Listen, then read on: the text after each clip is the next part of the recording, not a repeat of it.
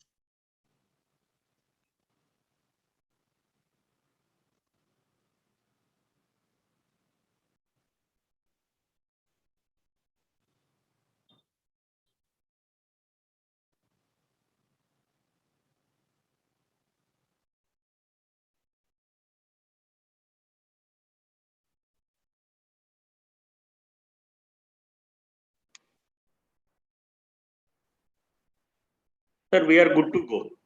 Okay. So I can start the lecture. Am I audible? My screen is visible. Full screen mode, sir. Okay. Now it's okay. Yes, sir. Yes, sir. So welcome all on the behalf of Corona Remedies. And this is the master class that we have arranged, and the first lecture was ovarian stimulations, which was already completed. I think so anybody who is really interested, they can go by link and they can just see my lectures. And this is my second lecture, which is also one of the part of the master class, because when you are a good stimulator, you require something about the luteal phase. So I'm going to discuss about the luteal phase, about the fresh as well as frozen cycle transfers. And the more important, people are interested in the frozen embryo transfer. So let us start with that first. What is luteal phase? And then we'll go about the luteal phase supporting the fresh cycle transfers, the current pregnancy loss, and later on we can talk about the luteal phase supports in the frozen embryo transfers. So what is luteal phase? That is what we are having a question. And logically, we know that about the physiological, when the hormone like luteinizing hormone, so LS surge. So after LS surge, if you're saying something increasing progesterone, and that 14 days of working on the corpus luteum, which is considered as a luteal phase after ovulation. If you consider that, the question arising in my mind that which is the most important hormone which is responsible for the luteal phase. Because if you say the core hormone behind this luteal phase is LH surge, that is most important. Because if there is no LH surge, then how this progesterone will come? So progesterone is followed by the LH surge. So LH is the most important part about the luteal phase. So which hormone is very crucial? I can think so. We can come to know that luteal phase, the crucial hormone is LH. And these are all the publication is responsible for steroidogenic activity of the corpus luteum, upregulations of for the implantation part, the growth factors VGF-A and FGF2 is required, the upregulation of the cytokines, which is in turn by the progesterone, and stimulation of the LH receptor in the endometrium. So now, if we are saying something LH is a crucial one, then the most important part of the most important hormone, the progesterone, is a Greek word. Pro means pre-gesterone, means pregnancy, the pre-pregnancy hormone. And this pre-pregnancy hormone, just I'm going to look out about the something which is physiological effect on the endometrium, cervical endothelium and mucus, immune system, so which is responsible for reducing the early pregnancy loss. And the most important part during implantation, the uterus, which require quiescence effect, less contractions, and that will be basically the effect of the progesterone. So regulating the effect of the estrogen, that is also most important part. Now, what are the role of progesterone we can find? So the question arising in mind is really progesterone required for the maintenance of the pregnancy, which was proved in way back in 1972. We know that it is a secretory transformation of the endometrium. We know that its deficiency delays the endometrial maturations. It might, if it increase, then it's not good for because advanced endometrium. But it's way back in 1972 in America with the SEPO in 1972. They went for something about the tubal ligations, and in tubal ligations, they find out the accidental pregnancy. Now, the way back in 1970, there is no MTP Act, so they cannot do MTP. And during that time period in laparoscopy, they destroy the corpus luteum. And they find out that because of the destruction of the corpus luteum, there is a loss of pregnancy. So corpus luteum is responsible for the maintenance of the pregnancy, where progesterone is basically important for the maintenance of the pregnancy. So then they find out that if they add progesterone from outside, 1973, then the pregnancy survives. So by that we come to know that this is the pre-pregnancy hormone, which is basically important in the luteal phase to maintain the pregnancy. Now let us find out some cause of luteal phase defect.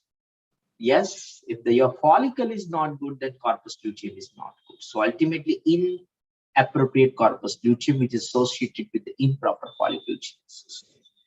And ultimately, it is also important some physiological conditions that we should know about: hyperprolactinemia, hyperandrogenic states. So in PCOS patients, in hypothyroidism, there is a prolactinemia. The patient, those who are very athletes and decreasing weight loss by themselves by putting a finger inside the mouth and reducing their weight, these are the patients, and also stress and anxiety is also associated. So these are the patients where we can say there is associated of the physiological luteal phase defect. Now, what are the pathogenesis summary? Again, I will say the LH is the most crucial hormone. Anything which is LH is less. So improper folliculogenesis, then improper LH surge will be there. Improper LH surge basically, especially the hyperprolactinemia, it's also LH surge is improper. We can see hypothyroidism also, it is common, it's associated with hyperprolactinemia. And ultimately, if you have an improper LH surge, then what happened that the progesterone will be reduced, and ultimately the luteal length will be reduced, and it is going to be luteal phase defect. So length is reduced physiologically. So what happened then that they have a history of a reduced, that means 25 days cycle, or might be possible that estrogenized endometrium, which is not progesteronized properly, then there is a breakthrough building in between the cycle. So these are the two symptoms we can say that the patient, those who are having a naturally having a luteal phase defect. What about the stimulated cycle? When you have a hyperstimulated cycle, they can have a more secretory and means more proliferatory endometrium earlier, and then they can have an improper folliculogenesis. So corpus luteum function will be less. So ultimately, the luteal phase will be shorter. And because of the luteal phase becomes shorter, it is considered as a luteal phase defect, and they require progesterone supplementation from outside. It is all about the supraphysiological level. So if you are having a more supraphysiological level of the estrogen and progesterone, that in turn they have a negative feedback mechanism of hypothalamo-pituitary axis, and they will reduce the LH, and ultimately that LH will act on the theca cell and reduce the progesterone level. So that is called improper corpora lutea, which is basically pathogenesis, especially in the hyperstimulations in the IVF patients. So I will not go in the detail, but before the past, what the people are doing. So I will not go in detail because at present we are not doing this practice. So I don't think so that will be required to discuss it today. So we will discuss about the luteal phase deficiency, how to diagnose. It's very difficult to diagnose by history in the past. My teachers and everybody is always say that if there is a shorter cycles and there is a breakthrough bleeding in the luteal phase, then you might have that is patient should be investigated by a polyp or maybe luteal phase defect, and in that conditions you can add progesterone. Then there is a publication in 1980 that 8.1% people do have a non-ovulatory, but they have an infertility, primary or secondary, and they have a luteal phase defect. And that is why there are a lot of people are adding progesterone in the luteal phase when they are treating with the citrate and infertile group might be, keeping in mind that the infertility is because of the luteal phase defect. Though we can discuss that CC in this cycle required luteal phase support or not, that will be in the detail in the next slide. But then what will be other definitions in the next, in 1994, after 80s, in 90s, there is this, people are saying that progesterone level on 21st day less than 10 nanogram. And there is a lot of debate why it is not acceptable with progesterone. It's peak and down peaks. So how can you measure? So that's something about, you can have a pulled level of the serum progesterone, but still I don't think so it will be matched. So it is one of the threshold where we are believing that, okay, if it is less than 10 nanogram, we should believe it is less than 10 nanogram, because intra-individual pathological variation with the machinery variations and the peak variations is make something in the debate that we should believe on this threshold or not. Another part that most reasonable consensus, which was, but it is not in practice, that we can say the biopsy. And I know that there are a lot of doctors still practicing in their practice. They can have a luteal phase 21st day biopsy, and if it is 2 days lagging, as far as concerned, the more than 2 days lagging a Noel's criteria, that we can say it's again expected a consensus, a true luteal phase defect, we can say. But again, this is a publication that this technique of biopsy, which should not be routinely used in fertility practice, so we are not using routinely practice. So then how can we diagnose? How can we say something about the luteal phase defect? And still it is consensus at the end of the day by a committee opinion 2012. They said something, there is no consensus on luteal phase defect. There will be no reproducible, physiologically relevant and clinical practical size standard to diagnose LPD or distinguish fertile from infertile. So still there are some biomarkers are required for the future, but till that we need to practice to adding progesterone. That more is not harmful. So we need to believe the physiology, and adding progesterone will be the treatment of luteal phase defect. Why I'm putting this slide, that the most important physiology is luteoplacental, this uteroplacental shift. And here you can see something like that uteroplacental shift. That means where the corpus luteum is now taking the function over to the placenta. And it has been said that 9 to 10 weeks, which will be 8 to 10 weeks or 9 to 10 weeks, more confirm, I think. So there are studies saying 9 to 10 weeks. So we can get higher threshold about 10 weeks to be on the safer side, that where uteroplacental shift will occur, when I think so placenta will take over the activity for the progesterone secretion. So that will guide us that where to stop our progesterone support in the certain group of the patients. Now, when we are starting about the luteal phase support, the first question arises that should we give in natural cycle? I already said the first word that it is still practically used in natural cycle, because we don't know how to diagnose a luteal phase defect. So in the primary and secondary infertility, people are using clomiphene and lactazole, though the evidence is not supported, but still it is not clear that how to diagnose luteal phase defect by any diagnosis. So 8.1% couple do suffer from luteal phase defect, and people, those who are support that clinical thought, they will add certain progesterone support. We are coming to the point in IUI, and in IUI we can say what will be the luteal phase support in IUI in stimulated cycle. So meta-analysis, which is here, which is systemic review and meta-analysis about adding progesterone in luteal phase support. So what it says something about, the conclusion is very clear. It is only should be required in the gonadotrophic stimulated cycle. I cannot understand why it is not required in clomiphene, but it says something about clomiphene citrate do have more LH at the end of the day, so they don't require. This is what the explanation. But then again, there will be a query that more is not harmful, and sometimes there is a hyperstimulation by the clomiphene citrate when more estrogen is there. Should be required progesterone. So still we are making this query open to discuss, open house, that we cannot say something it is not required, but by putting this small meta-analysis, we are expecting that it is more required in gonadotrophic stimulated cycle, which is really in our practice. This is again our more meta-analysis in 2014, which is again supporting that it will be required in gonadotropin stimulated cycle, where it is not required a CC induced cycle. So now we are expecting or accepting the fact that it should be a treatment of gonadotropin stimulated cycle rather than the clomiphene stimulated cycle in IUI. Before to shift to the frozen cycle and before to shift to the fresh cycle luteal phase support, I would love to share something about the type of the progesterone. I can say IM progesterone and nowadays subcutaneous progesterone, oral progesterone, and vaginal progesterone. These are the 4 types of the progesterone, but injectable, oral, and vaginal. So in injectable, there are 2 varieties nowadays available. It may be IM or subcutaneous varieties. Now, what about the routes of progesterone and administration? This is a publication by Schoolcraft et al. In 2000.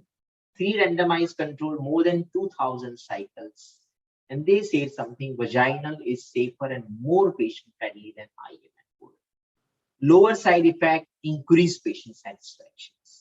So I still believe that yes, in fresh cycle, let me just reminding you people are that I'm talking about only of the fresh cycle in ART IVF transfer.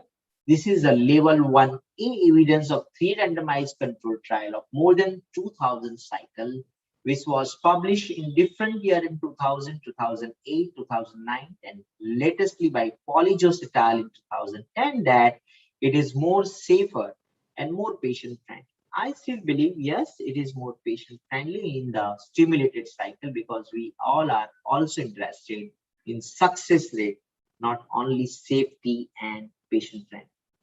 So here success rate will be same as far as concerned.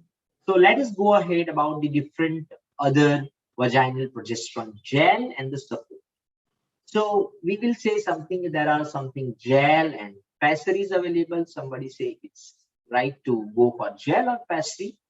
I will give you something in 2010 publication, whether you are using any vaginal, micronized vaginal progesterone, the solid evidence that the clinical pregnancy rates are similar.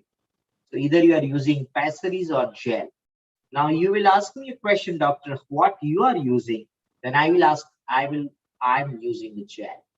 Why? It is all depending on the compliance of the patient. But I am not again a pessary. I am saying that pessaries in my practice do have a more complication regarding the compliance. Patient is having a more complaint about the foul smelling, oil foul smelling, and patient is having a more rashes compared to gel. This is my observation. So compliance is better. And my observation also that when I put my patient on vaginal gel, that means I'm telling my patient to drive a Mercedes Gari, and if I put on this pessaries, they will always say, doctor, put me on gel rather than pessaries. Now it is my experience.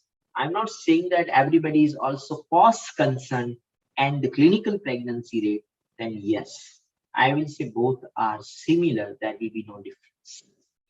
What about the dufaston the dydrogesterone? Sorry, I'm extremely sorry. The molecule it is called dydrogesterone now because now all the companies are coming. Previously, it is a patent as a dufaston by dydrogesterone. Now a lot of companies are coming with the same molecule.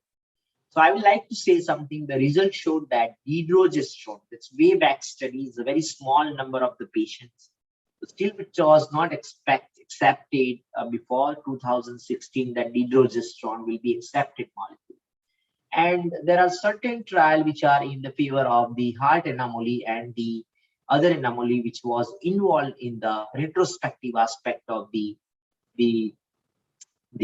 using oral dydrogesterone. So it was not accepted by the European population because it's not prospective randomized controlled trial with a use data. So let us start with something about the vaginal versus intramuscular. There is no publication which shows that vaginal is superior than intramuscular. It's always saying that both are compared. But the compliance of the patient is very less because it's too painful. So I still believe that in the fresh cycle transfer, that already progesterone is inside with the corpus lutea, improper corpus lutea, adding something which is beneficial, then you need to see by your studies. And I totally agree that either you use gel or pessaries in stimulated cycle, both are equivalent versus intramuscular. So it's all about the compliance of the patient. There are some studies, it's not only about the vaginal, there are some studies which is quoting in 2001 that they said something 891 patients were evaluated where clinical pregnancy rates and delivery rates were higher than when you are using IM progesterone in stimulated cycle. But I still not believe in my practice when I'm using stimulated cycle, or I still not believe today also that IM progesterone will be a way forward treatment, especially in stimulated cycle. Believe me, I'm talking about stimulated cycle, which is most probably in today's era, everybody is shifted to frozen cycle.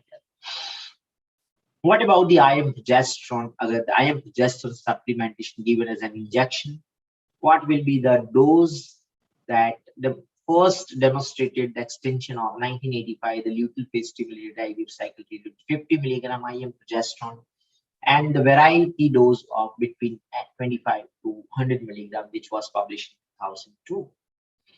Now, what about the subcutaneous? Because if you ask me the compliance, then why not there is this where the compliance is higher? And where the compliance is higher, it is subcutaneous progesterone. And this is a prospective open label randomized controlled trial, which is published in by Gillian Lockwood in Fertility Sterility. About 740 patients was screened, where the oocyte retrieval performed in 683, and patient randomized that a subcutaneous injection is around Prolitex in 339 patients, and Crinon, that means the vaginal gel in 344 patients. Embryo transfer was performed in 319 and 321 patients in both group, and then we can assess the which is better.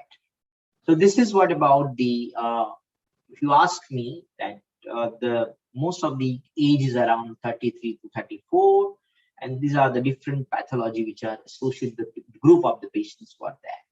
And these are the different agonist and antagonist percentage which was simulated. At the end of the day, that both are having a similar pregnancy rate. So I don't think so that injectable is having the same pregnancy rate, but that the abortion rate, the spontaneous abortion rate, which will be lower in subcutaneous progesterone. So that is again in the stimulated cycle, not about in the freeze embryo transfer cycle. So let us move on the luteal phase support, which was Cochrane library was reassessed about the phase cycle, and they reassess the different group with the different group. And let me discuss about the first. It is progesterone. So should we use SCG?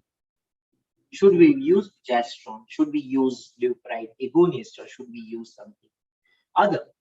So let me start with the SCG, and let me very clear cut message that it will have a hyperstimulation. OHSS rate is high. So there is no, after the launching of the progesterone, well, OHSS was not reported.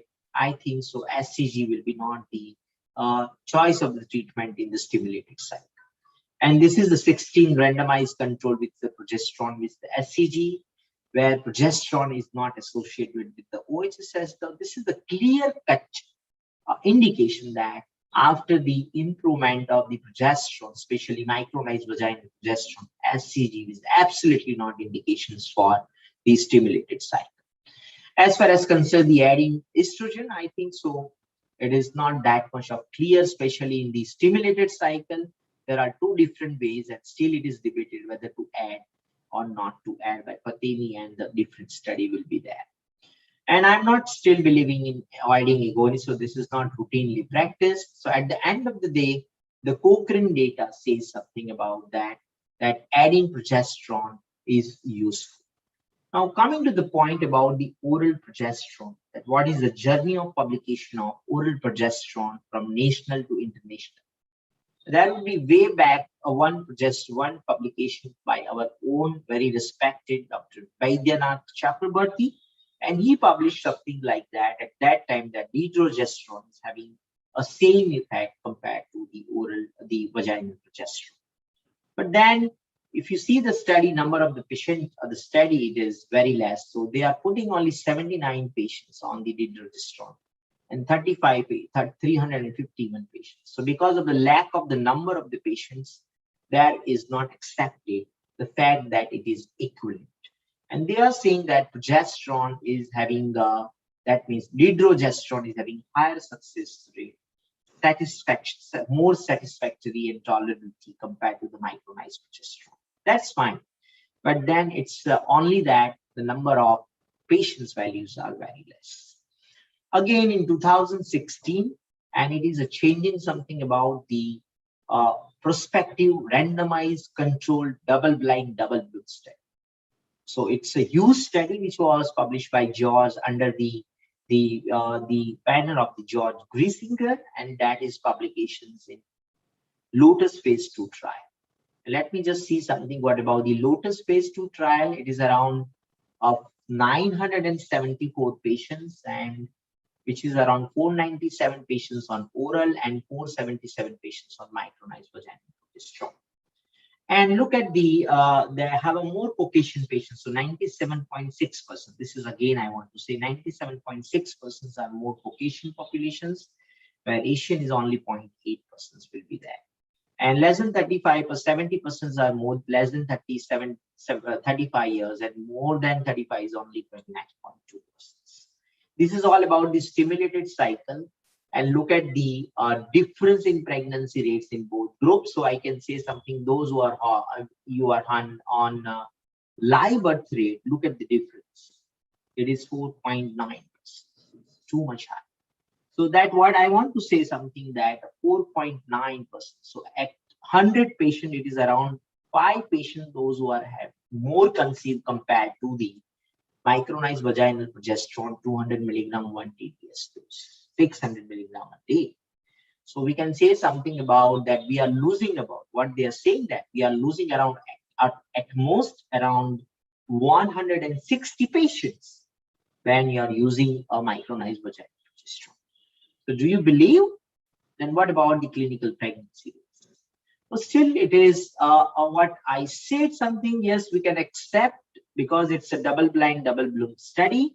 But I totally agree with this study, but I still say something, it is not that much of difference.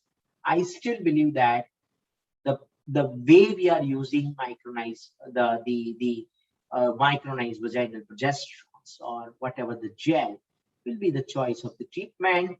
But for the tolerability, if they are having the same or higher success rate, I still believe that you can shift your practice on oral dydrogesterone will be not a bad option, right? So it's always oral option is more companion, more competitive than the good option or comfortability or compliance level than the vaginal options.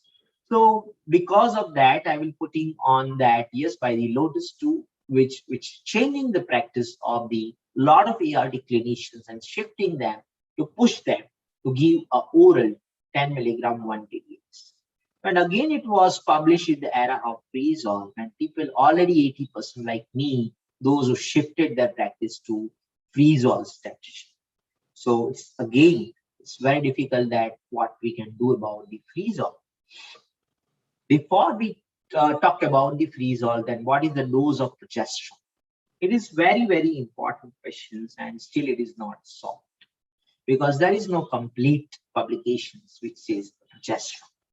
And why? Because you don't know the exact estrogen level. So how can you say something? What is the progesterone level to titrate this E2 level? So it is all about the EP level, which is responsible, and that's why giving more, it is always beneficial because we don't know how you stimulated the cycle. So it is all about the stimulated cycle, and the upper threshold will be around 600 to 800 milligram in a divided dose. If you ask me the standard practice, especially in the European countries and in the American countries, they have a standard dose of 200 milligram pessaries. In India, it is available 400 milligrams. So in India, people are using more BD dose, and in outside of the India, most people are using 200 milligram 1 TDS pessaries. So what about the progesterone? Basically, the clinical efficacy of vaginal progesterone for luteal phase support in ER.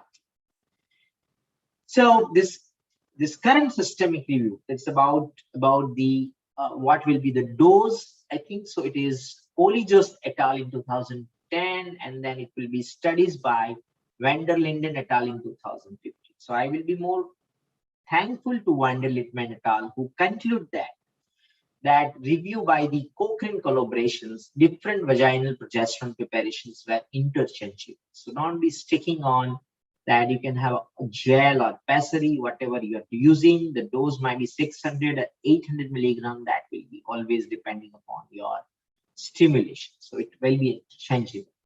What about the start of the progesterone? It's very obvious. It's not to give on the day of SCG. It should be always started on the day of IUI. It should not be day on the SCG, or should be on the day of the pickup or 1 day after the pickup. So I still believe that on the day of the pickup or on the day after 1 day of the pickup doesn't make any sense, because you do have some progesterone inside. Now, when to stop progesterone? It's the biggest question. It's still not in practice because people are still using whatever they want. And this is the questions which can be answered positively by these studies. So the first study, what it says, that these are the thought process that you can give only at the day of beta HCG positive. And the second thought process that when there is a uteroplacental state, that means 10 weeks, or the third thought process is, shall we continue for 12 weeks because more is not harmful? So let's see what are the studies. And this is the studies, the meta-analysis, which was published for the stimulated cycle. Let me tell you, still we are not shifting our luteal phase support on the frozen cycle. In stimulated cycle, that you can stop the progesterone on the first positive beta HCG test. Are we really practically doing like this? I said no. In the stimulated cycle, still people are giving around 10 to 11 weeks. But I said there are a lot of people now doing a practice in stimulated cycle by their experience. And this is the first experience of Professor Joan Valancesco. And he's finding out that this is a very common area where something should be published in 2012. He published that how to reduce the means how early we can withdraw the progesterone support. So this is the second publication, the first meta-analysis, which said something that it should be on beta HCG, but people are not practicing. So this is again that on the 5 to 6 weeks. So now we have a 3 school of thoughts. One is meta-analysis on the day of beta HCG, where people are not practicing. This is few group of the people might practicing on 6 weeks. And third group is people are practicing on uteroplacental shift and 10 weeks. And the majority of the people are practicing on 11 or 12 weeks. So this is of the end of the stimulated cycle. What we are concluding? We conclude that a Lotus 2 trial, the dufasvedrogestrone in the dose of 10 milligram 1 TDS will be the choice of the treatment, or vaginal gel or pessary. OD will be gel, might be OD, 8% vaginal gel, and pessary is 200 milligram 1 TDS or 400 milligram BD will be the choice of the treatment. So this is what I can say about the stimulated cycle. Now I will skip this slide because I want to say something about the luteal phase. Yes, this is, we are going to repeat it in the next. So what about the co-treatment in stimulated cycle? Additional agents, progesterone, luteal phase support. We are not supporting E2. There are 2 studies that Lukasiuk et al. In 2005 and about Fatimi et al. In antagonist cycle. And this is my conclusion there, that this one study in 2005, which was not supported by Fatimi in 2006 in antagonist cycle. So still it is, it's debate, still it is more evidence is required that adding E2 is helpful in progesterone, it is in cycle or not. What about the prednisolone? I will say no, it will always increase the sugar level, so don't add in a higher level. And I'm not supporting even in the recurrent pregnancy loss, will be not supporting about the prednisolone, will be the luteal phase support in anyhow in FET cycle or in a stimulated cycle. EcoSpring, it's always debatable but scarce of evidence. We are adding in our routine practice in the older group of the patient, in the previous recurrent pregnancy loss patients, or something thrombopathies. These are the patients where we can use aspirin or EcoSpring 150 milligram will be the choice for treatment. Now, what about the low molecular weight heat variant? So about it is around 11 randomized controlled trials. There is no any randomized controlled trial on freeze embryo transfer. There is no something use evidence on the recurrent implantation failure. So this is the evidence where this Sankara et al., which says something, Shashadri, who says something 11 randomized controlled trial, the meta-analysis, which says something there is no use in stimulated cycle. But I would like to say something about these people that it is they have only stimulated cycle, day 3 transfer, all fresh cycle transfer, nothing frozen cycle transfer. So we cannot believe on this all meta-analysis. I will not go in detail about this meta-analysis, and I will say still we are waiting about some other publications which will be more important in recurrent implantation failure and low molecular weight hip rather than a routine use of low molecular weight hip. What about the luteal phase support in RPL, recurrent pregnancy loss? Then we will discuss about the freeze embryo transfers. So these are the old studies which was published in 2015 and 2014. This is about 2014 that our own Ashok Kumar and Sudha Prasad and Sarita Agarwal, the Department of Obstetrics and Gynecology of Maulana Azad in Delhi, they said oral dydrogesterone treatment during early pregnancy to prevent recurrent pregnancy loss and its role in modulation of cytokine productions, a double-blind randomized parallel placebo-controlled trial. And that will other 2000 randomized trial of progesterone movement with recurrent miscarriage, the commissary et al. The 2 studies are there. Now let us evaluate these 2. So first we are seeing about the dydrogesterone, this Kumar et al. In 2015-14. They say the dydrogesterone versus placebo, that dydrogesterone is having a less abortion rate compared to the placebo. While the commissary et al. In 2015, that it says something about micropionized vaginal progesterone versus placebo, it will not going to change any pregnancy loss. So more pregnancy loss, the same pregnancy loss which was absorbed in placebo versus MPP. So it is not going to reduce pregnancy loss. So by that 2 study, we can say dydrogesterone do have a role to preventing the pregnancy loss. So now we can have a committee opinion that luteal phase defect cannot be diagnosed by any test, and we can say something SCG will be not be choice of treatment in stimulated cycle, vaginal progesterone will be the choice of the treatment. And this is the conclusion in IU and ITF that we can go by saying 300 to 400 milligram divided dose, 800 milligram divided dose, or gel 8% OD, or we can say 200 milligram 1 TDS Pasries or Dupastone, with dydrogesterone 10 milligram 1 TDS will be the choice of treatment in stimulated cycle. Still FET yet not fixed by Cochrane review. So let me go by something about the evidence for the results of this freeze embryo transfer. Before that, what about we have a neuroendocrine regulation of the corpus luteum, the evidence of pulsatile progesterone secretions. So what about the progesterone? The frequency of pulsatile release of LH decline progressively, and amplitude of LH pulse varies. And early luteal phase, the progesterone secretion is stable. Mid and late progesterone secretion is episodic and correlate with LH pulsatile increase. So single progesterone estimation in mid and late luteal phase do not accurately reflect the corpus luteum adequacy. The individual corpus luteum seems to have programmed lifespan independent of LH secretion. So no normal lifespan of corpus luteum is 11 to 17 days from the time of ovulations on the onset of menses.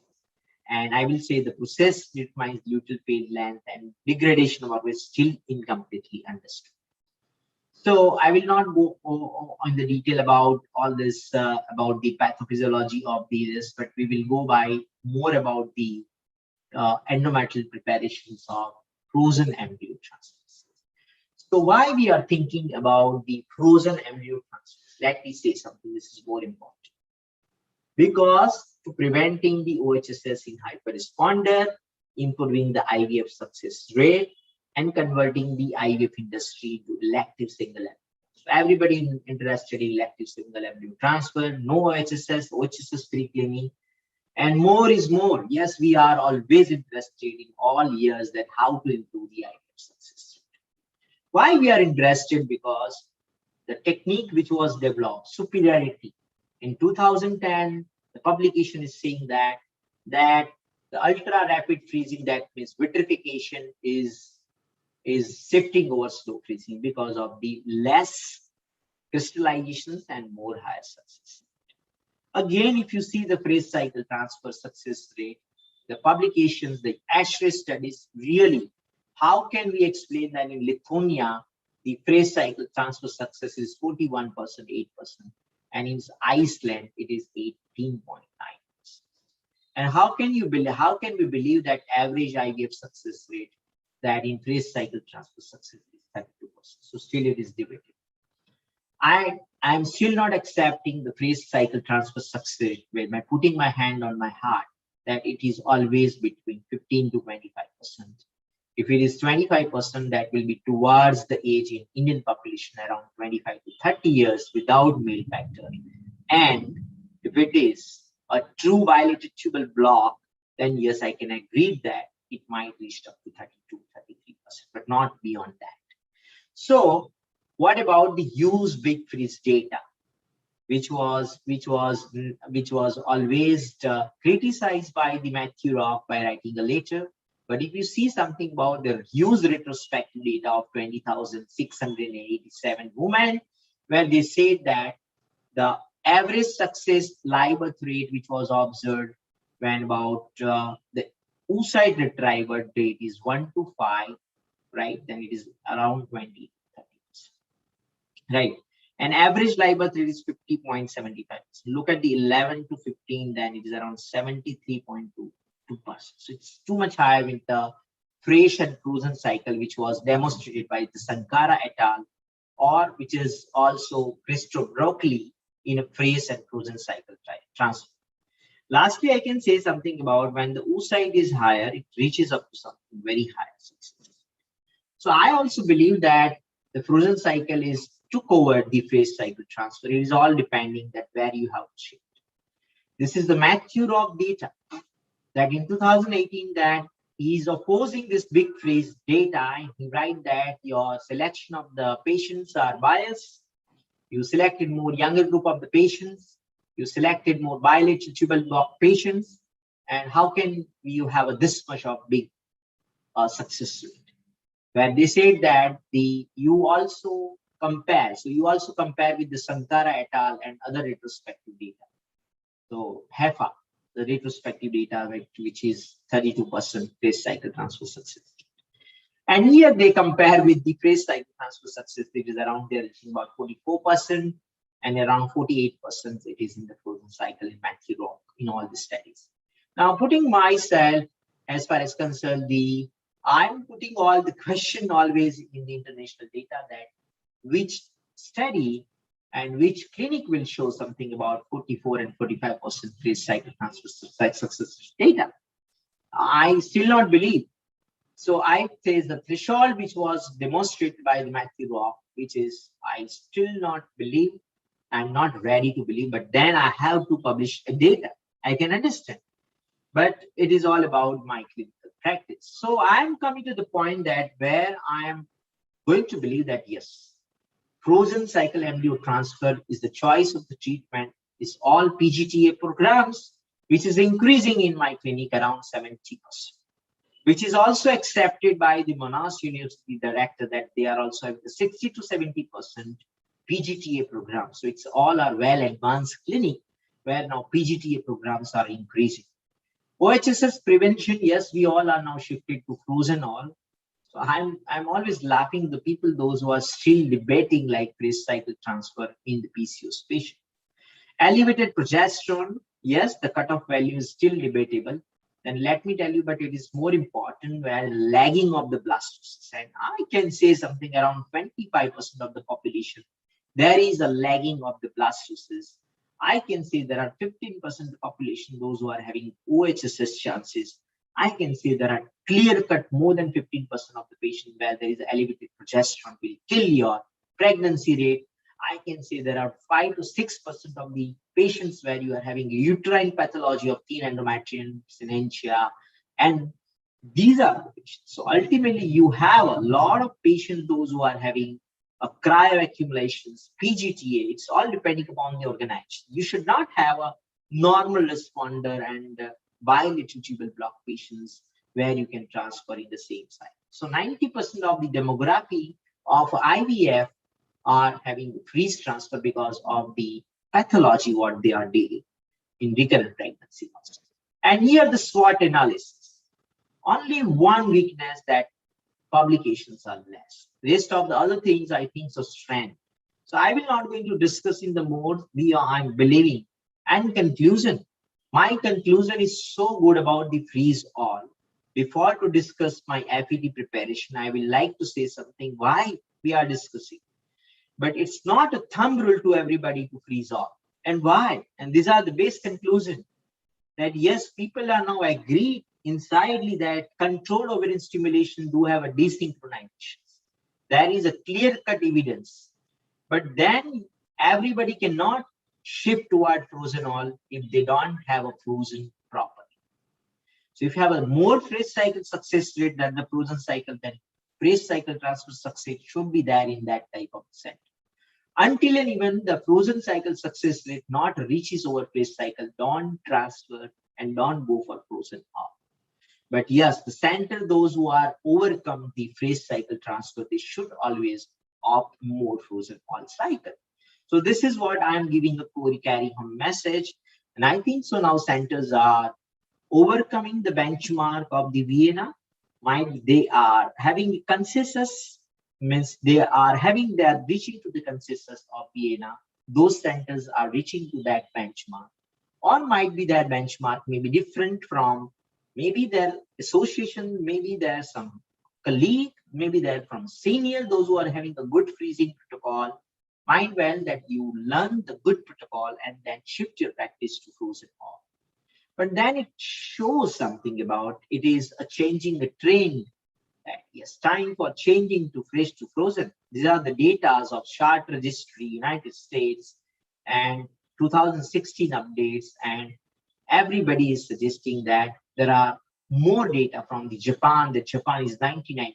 They are shifting their practice to frozen, more single embryo transfers. So we can understand that why we are discussing about the frozen cycle process. Now let me see something about what are the options of frozen embryo transfers in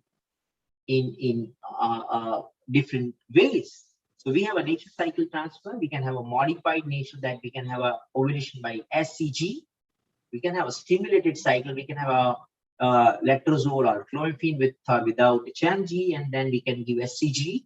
And we can have a HRT cycle that we can give estradiol valrate or hemihydrate, and we can add progesterone outside and we can transfer. So most acceptable is artificial cycle, but let me see something what studies are saying.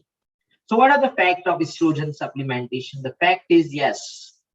Now somebody is asking me a question that how frequently I call my patients when I prime with estrogen. I will say not less than 10. Don't call less than 10. So you have to minimally to give the estradiol valrate or hemihydrate minimum for 10 days. Don't call before that. There is no need to call.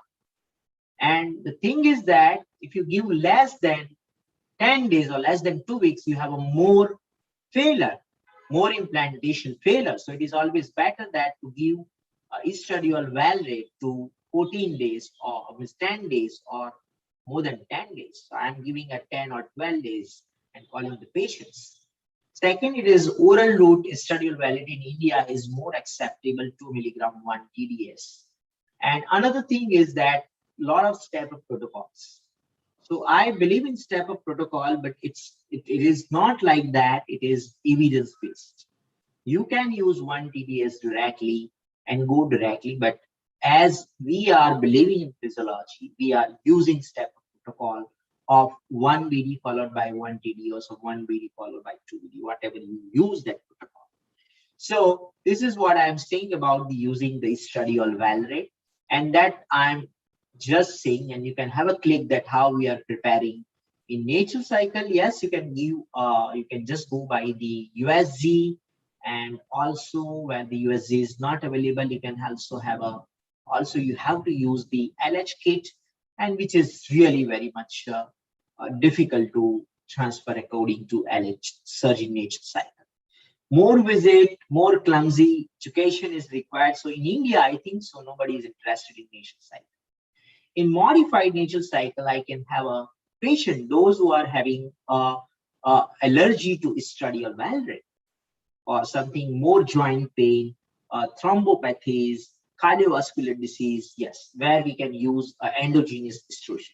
In that conditions, we can use letrozole, and we can give SCG between 16 to 20 mm, and after SCG, we can transfer the embryo at around 6 to 7 days to blastocyst. So I think so SCG plus 7 will be more good option, especially when they have a modified nature cycle. What about, this is about the SCG trigger. If you have SCG, then you can have a 7th day. If you have a HRT, then P plus 0 is the first day. So P plus 5. So 6 days progesterone. Let me mind. I will show you. So don't confuse yourself. The day of progesterone when you started, consider as a 0 day. So you need to give a 6-day progesterone naturally, because it is all coincide with the SCG plus 7 days of the P plus 5 of the 6. And here is also same thing, that when you give SCG trigger, 7th day of the trigger, you can transfer. And in nature cycle, LS surge, whenever there is a LS surge on 6th day. So on the 6th day of the LS surge, you can have a transfer, because after 36 hours of the SCG trigger, there will be a LS surge, 24 to 36. So that's why it is SCG plus 7. Here, LH plus 6 will be there. My next slide is there, how to downregulate in a chart. Should we downregulate or not? See, there is debate on downregulations, and there are two schools of thoughts. There are 50, 60% or 70% of the populations are not downregulation with the patients, because it is not patient friendly. And second thing, they say something like birth rates are same. There are some studies with no consensus on the Cochrane database. I'm not going to show more study, but in Cochrane database review, there is no consensus on whether to downregulate or not to downregulate. So they are putting like that it is not harmful the populations. If it is not harmful the population, that the clinician, those who are comfortable with the downregulations, whether it is agonist or antagonist, they can continue. And those who are continue with the estradiol valid only, they can don't downregulate. Now I can say I'm using downregulation of antagonist. I'm not using agonist downregulation. So I'm not calling the patient previous cycle. And the same cycle, I will do day 2 progesterone, then I will start day 2 antagonist with estradiol valeriate, and I will give only 5 days, not 7 days, 5 days. And I'm not going to perform a day 11 progesterone as I'm adding antagonist. So those who are doing a no down regulation, they do have 2-time progesterone on day 2 and day 11. Now this is a study which is a very small study, is not covering down regulation. So I will not say something about, because the Cochrane database, and these are the different studies which are supportive of the down regulation. What about the endometrial preparations by different routes of administration of the estrogen and different protocol like nature cycle, modified nature cycle, what it will be. So everything is not in support. So whatever you are using, I think so it will be having the same thing, but it is more patient-friendly approach is in India. It is HRT. It's outside India. It is also HRT. I don't know about China, because China, I say it might be 50-50%. They are more using a nature cycle in China and Japan. So let us do something about why luteal phase is required in freeze embryo transfer. The most important culprit is corpus luteum. So we have a luteal phase defect because the absence of corpus luteum, especially in the non-stimulated cycle. So we should require luteal phase support increase embryo transfers. What are the facts? Yes, we already say progesterone is a pre-pregnancy hormone, which is basically responsible for the maintaining of the pregnancy, and it is always going to use for the support the pregnancy and continuation, reduce the pregnancy loss. Various routes are available, maybe IM route, subcutaneous route, the vaginal route, pessaries, or something about gel. The micronized vaginal progesterones have we already says publication that is more preferable because patient compliance, especially in the European part, especially also in the FET, and is usually administration as a gel or capsules. Both formulations are having a similar effects. Now these are the different. So we need to add by oral, micronized vaginal, intramuscular, and subcutaneous. So let me which progesterone is ideal and what is the evidence. First, we are going for evidence. So let me evaluate the evidence of 3. This is the dose. If you are using 25, 50 milligram, 100 milligram for intramuscular, this is the dose 30 milligram a day, 10 milligram in a divided dose for the oral.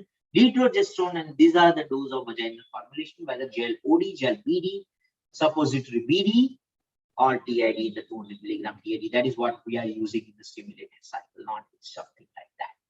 So when to start progesterone in the HRT cycle? Suppose you are having a SCG trigger, then again, yes, it is always on the after 48 hours of the SCG trigger. So it is coincide with the retrieval, right? If you have a practice of HRT cycle, then you can transfer on the day of retrieval. This is again P+5, it's coincide. But suppose one day later, right? One day later, P+1, and you are extending, or one day more later, or 2 days earlier. So 2 days later, 2 days earlier. These are the study in 2016 and 17. They say it's something about more abortion. So don't add 2 days earlier than 2 days later. And this is what we are doing here of HRT supplement. This is E2 supplementations, minimum 10 to 12 days. And we can observe the endometrial thickness. It should be above 7 mm. It should be always on the 8 mm. I'm interested in pattern also, and then I will add progesterone on 13th day of the estradiol validate. So I will consider the first is P+0. So if P+1, then there is 24 hours. So this is P+5. That means 6th day of the progesterone, where we are in the morning, we can complete around 120 hours. So the most global convection is P+5, and people are transferring on in the 120 to 130 hours, especially. Now, let me say something about these are the beautiful publication. Are we going to individualize the progesterone level in a different cycle? So, level, and we can decide that to transfer or not to transfer, where the results are low. Of course, the progesterone level, a certain estrogen progesterone level is required, and this is 50-50 patients, less than 9.2. 9.2, 11.7, 11.8 to 15.7, and more than 15.8. The 53 patients will be there. And if you see something about single embryo transfers here, double embryo transfers, and you just say about the clinical pregnancy rate. So clinical pregnancy rates about here 52 patients that, and these are the percentage-wise clinical pregnancy rate. But look at the miscarriage rates also here.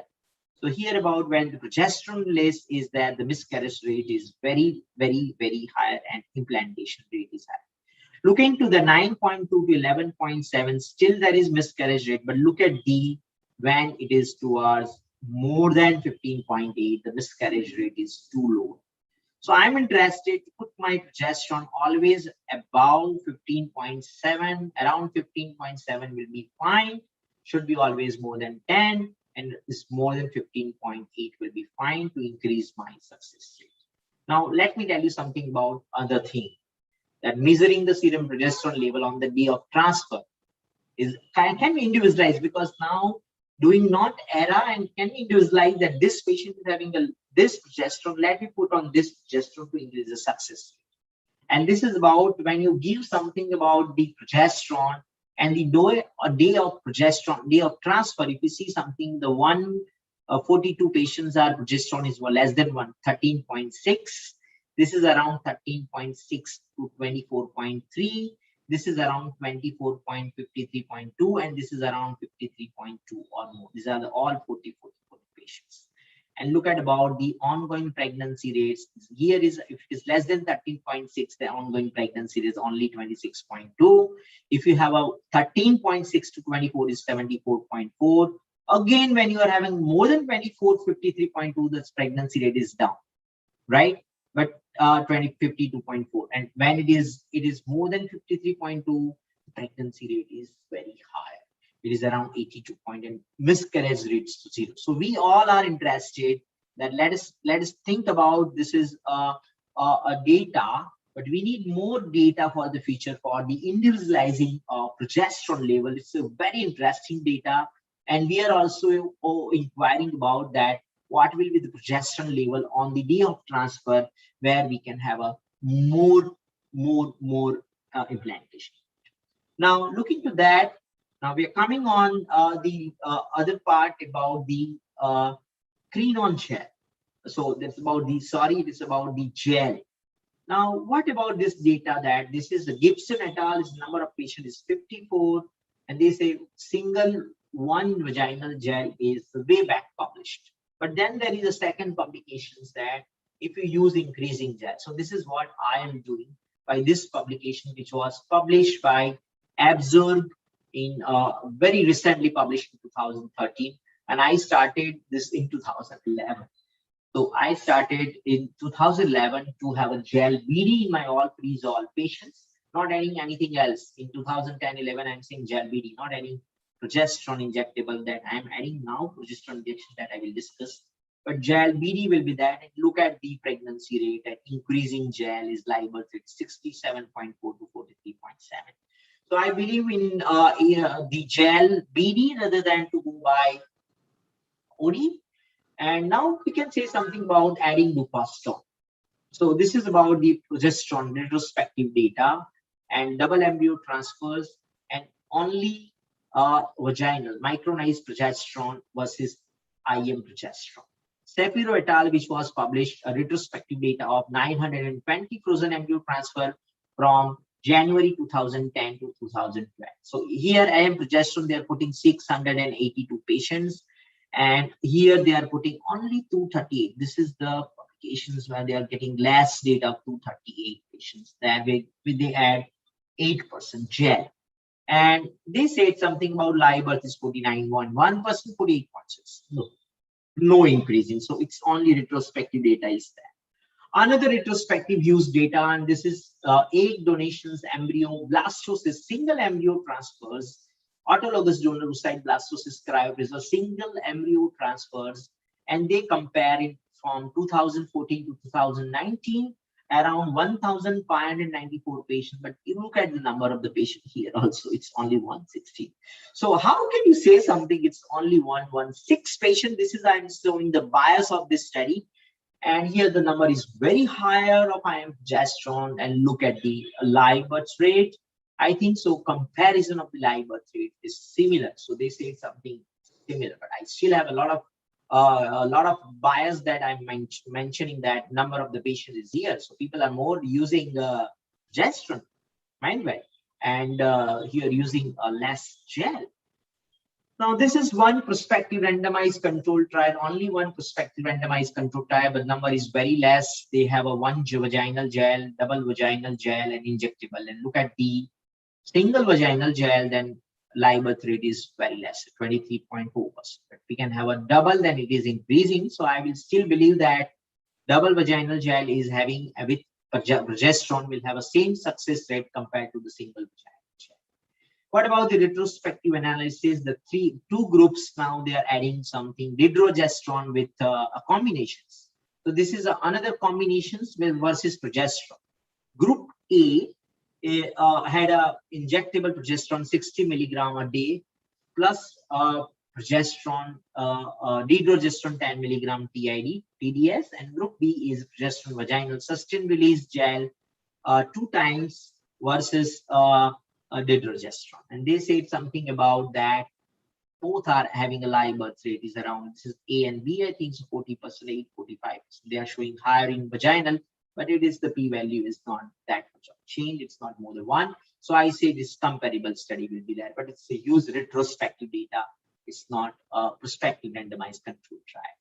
And this is a one Chinese, one clinic data of use data. Now, this is very used data, but the bias is only one clinic data, and it's retrospective data from 2010 to 12, not multi-center data, and 2010 to 12. So this is a huge bias what we can consider, but they used 90 milligram was administered in the vaginal gel, while progesterone 40 milligram was injected intramuscular patient, injectable group 750 milligram, and all patients are received 20 milligram dydrogesterone, so 10 milligram BD, and study all is saying that. But they have a day 3 cryo embryos with highest pre-frozen scores were transferred, so they don't have a day 5. Again, this study is again having a bias of day 3 embryo, that bias of the single center. So again, we still, this study is saying that vaginal gel is having the same success rate. We're seeing something about because we cannot say something about day 3 embryo transfers and comparison, and we should always believe on the single embryo transfer, day 5 embryo transfer. We should believe on PGT, and then we have to compare of IM versus vagina. That is more useful rather than what other studies are published. So what about the dydrogesterone? A very few study. I don't believe in this study to say something. It's improved pregnancy rates in FET. Don't go for FET and dydrogesterone. It's never, you will lose your pregnancy rate. This is a pilot study, only one evidence which say 9% success. So don't use dydrogesterone alone as a choice of treatment in frozen embryo transfers. Now let start some debate, because we said these are the favor in vaginal progesterone. So somebody says something, no vaginal progesterone, I would like to use injectable progesterone. Then what is my debate? That why injectable is better than this vagina? The debate is continuous exposure. They said something that when you put vagina in vagina, so the absorption is fast. So that it is absorption is fast, and might be possible in Indian environment, Indian demography, that maybe its capacity is going to be get out from the vagina, and the absorption is less. That it is a peak, and intermittent peak will be there, so less absorption, intermittent peaks will be there, so there will be no sustained release of the progesterone. That is what the argument and debate which was given by the progesterone people, of those who are using injective, right? So then that will be conclusion something that why not intramuscular progesterone will be a choice of the treatment. Then these are the studies which are favor in the injectable. Now I will love to say something about this is only bias that they have a day 3 embryo cryopreserved transfers versus progesterone gel versus intramuscular. So 450 patients of injectable progesterone and 298 patients for a gel. And they say something about the spontaneous abortion rate is 10.2% in progesterone. Here the abortion rate will be similar, which is why this is the first publication. But if you ask me, the clinical pregnancy rate is 51.1%, and live birth rate is very high in IM progesterone, 39.1%, 24.4%. So in the gel. So they say that it is superior. So this is the Kesar et al. Study, which was published in 2000, retrospective data of 2008 to 2011 in April 30, January 1 to April 30, where 50 milligram injectable progesterone versus gel twice. And they have a day 3 cryo. So only debate is day 3 cryo, and retrospective data will be there. So this is what they can say something. IM progesterone is better than the only one study which is in favor of IM progesterone, this Kesar et al. I already said what are the bias will be there. Now about the other study about the Kesar, that what this Kesar et al. Study wants to say. There appears to be a superiority of IM over vaginal progesterone. The difference may result from non-pelvic effect of progesterone. See, they want to say that the immunosuppressive effect of the IM progesterone is more compared to the vaginal. They want to say something about that there is a sustained effect. The uterine questions will be more compared to the vaginal. So these are the debates about the higher results, why it is by the Kessler et al. And they are saying something about the study which are in the favor of the vaginal, that we already observed, that Gibson et al. The patient studies are only 54. So they said that power to detect is only 50%. What are the power to detect? All are other retrospective, and those who are prospective, Gibson et al., it is power to detect, power is only 50%. The Jovan Butra et al., they said the power to detect is only 25%.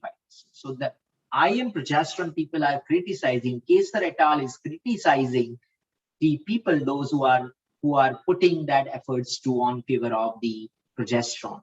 And also these are some publications which saying that when you are putting vaginal, there will be more absorption, so more post-maturity of the uterus, the endometrium. Some studies are saying not, so this is debatable, then might be logically acceptable.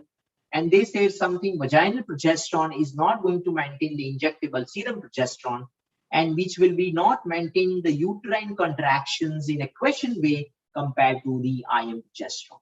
So this is what the physiological way, the fact that IM progesterone will say something that is better than the vaginal progesterone. And looking to that, the latest study which was published, it is vitrified blastocyst transfer. Now I'm saying that this criticizing that study because late transfer. This is vitrified blastocyst transfer cycle with the use of only vaginal progesterone replacement with endometrine, that means capsule, and inferior ongoing pregnancy rates results from the planned interim analysis of 3-arm randomized controlled non-inferiority trial. So this is a 3-arm randomized controlled non-inferiority trial. There are 3 groups. One group is vaginally administered progesterone only, 200 milligram endometrine, but they say it's twice a day. So this is again, why not thrice? This is say twice daily, starting on the morning of the day 1 of the embryo transfer, in the afternoon of day 5, following 9th dose of endometrine. So they are having a vaginal administration progesterone only, right? So that means this is group A. Group B, they want to add progesterone. On which day? So after 5 days, 6th day of the progesterone, they add 7th, 8th, and 9th day after, on the day of embryo transfers, and then another 3 days of 6, 7, 8, 9, 4 days. So where they continue the progesterone 50 milligram. This is the second group. And third group, they say they started with the progesterone oil and they will end with the up to 9th day of the progesterone, up to the oil progesterone. Right, so they will have an all oil progesterone. This is a C group. So now let me tell you something about that. The group which is having injectable progesterone, the injectable projection, the overall the pregnancy loss is lesser. So I will say something in group A and group B and group C. Look at the ongoing pregnancy rates. They are saying that where they add, I'm saying that where they add progesterone injectable after endometrine capsule for 5 days. So they say something that when you are putting the embryo inside the cavity, you need a uterine quiescence.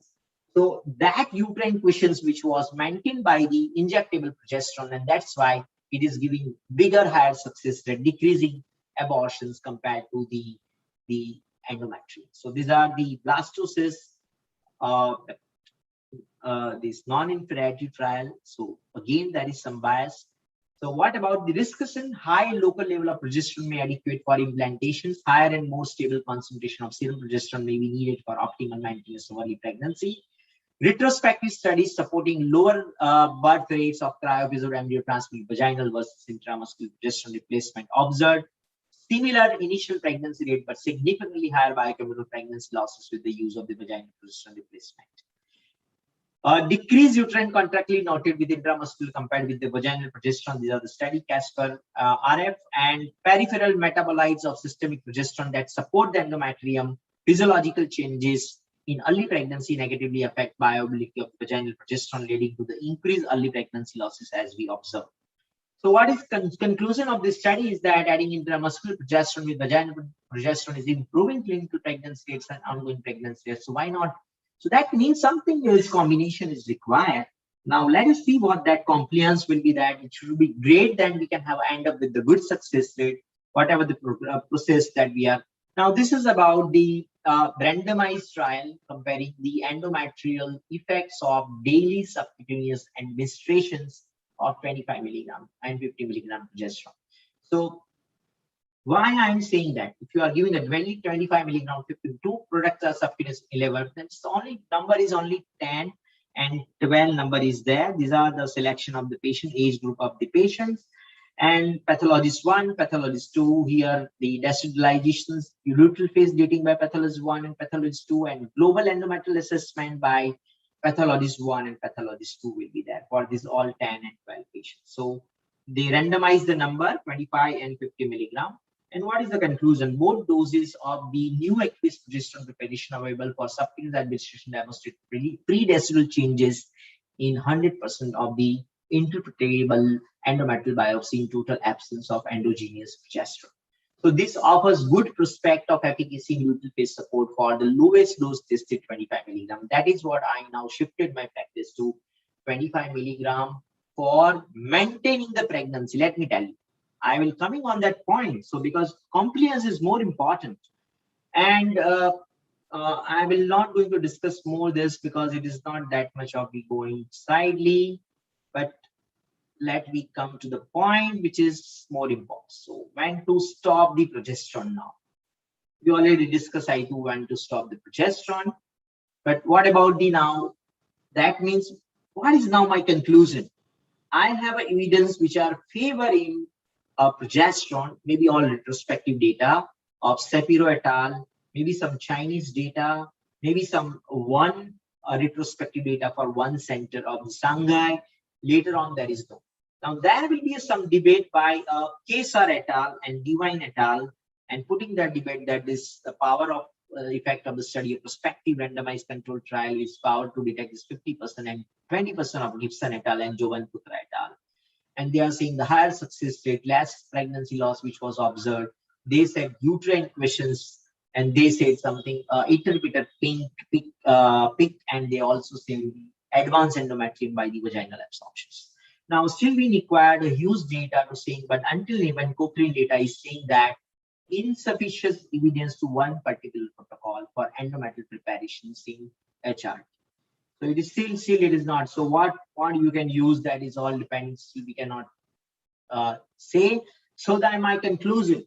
So what are the two school thoughts and people are using? One school of thought, which is people are using, they are all compliance, and they are using a progesterone in vaginal gel or pessaries 2 times and associated duphaston 10 milligram 1 TDS, which was published by one study, where this is I'm not using now injectable, I'm using injectable IM progesterone for 6 days. So I will start after estradiol, first 6 days I will use injectable. So I want to make the uterus more cushions, and I don't want to make something about which is gel or something about the pessary which are leaking from the vagina. So might be something intermittent pink concentrations, that all are important. So my day on transfer, if I have my study which is ongoing, that my all patients day of transfer, my progesterone level is always more than 50. And that will be great for me, that where I have more implantations. My uterus is more questions. And then after transfer, I have a gel BD and 25 milligram daily subcutaneous injection. That is what I'm using. I'm not adding duphaston. I will add always duphaston after the implantation. And mind well, it should not be required in all patients. Mind it will be required to improve your live birth rate in recurrent pregnancy loss.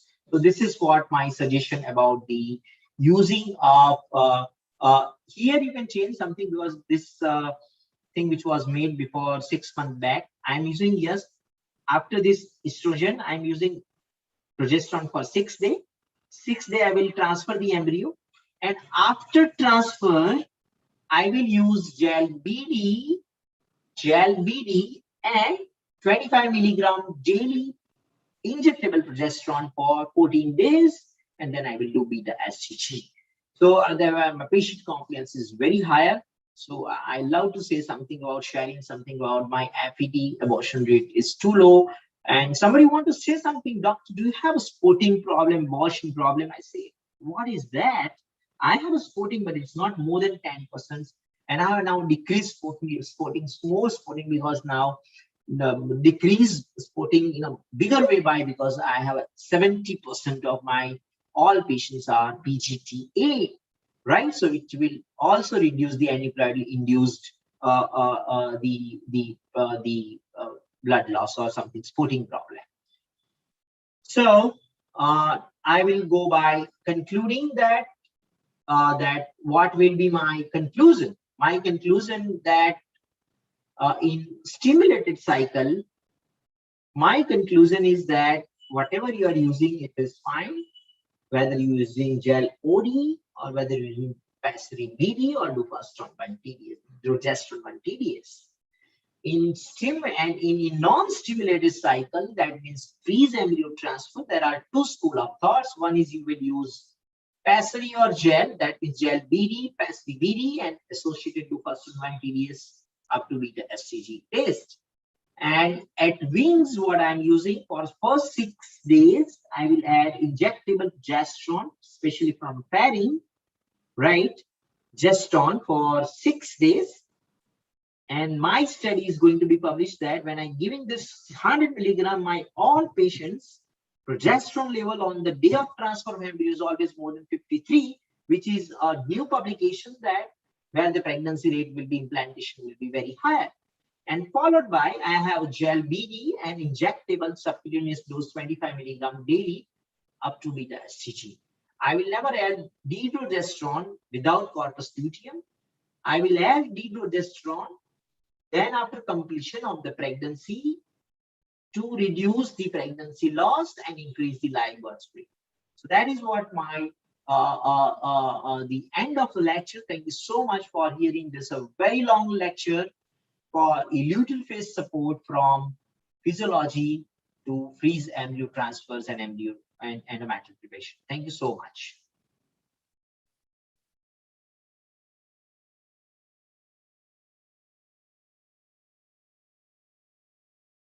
Vasu, are you here? Yes, sir. Yes, sir. Yes, sir.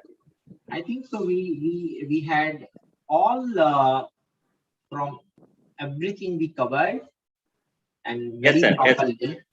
So now, is any question from anywhere? Just a second, sir.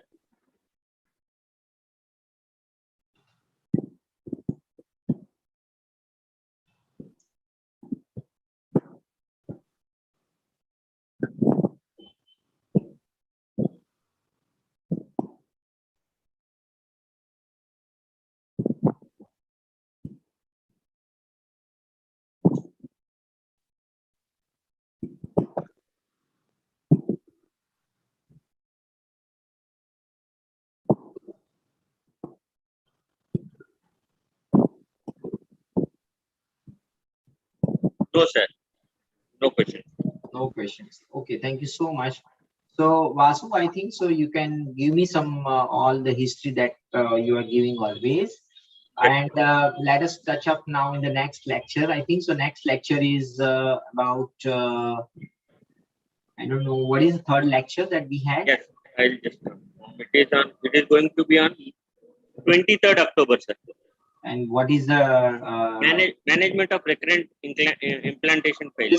Very good lectures. So fellows, those who are here, and my dear friends, my seniors, those who are, I'm giving my all experience of recurrent implantation failure, that how PGT and ERA is used, and this is what now that nowadays the way forward to treat patients. And I want to give a clear-cut message to the community and population that don't underestimate the genetic testing and ERA. Please way forward. This is what the future. And if you ask me the latest data of any of the leading genetic clinic of the world, now they have 4-time increase of the ERA. So you can say something. Previously, people are having 100 case source. I'm just giving example. X case they are sending across the world. Now they are having a 4-time increase of the ERA. So now you can understand how ERA is useful in implantations. So I will discuss that where ERA is required, where genetic testing is required, and why freeze-all for recurrent implantation failure. So this is a base lecture of what I prepared in my life. Please log on 23rd October. That will be a Saturday again, Vasu. Yes? Vasu, it is Saturday? 23rd. Yes, 23rd October. So it is Saturday. And then we will, I think so, meet after Deepavali. So stay tuned for this masterclass. If you have any questions, Vasu, you can just give my number on your that. They can ask me on WhatsApp. They can chat. They can have a chat me, or they can give me a call also when I am free. I'm really very academic to explain you regarding the further parts where you are not explained. Thank you so much.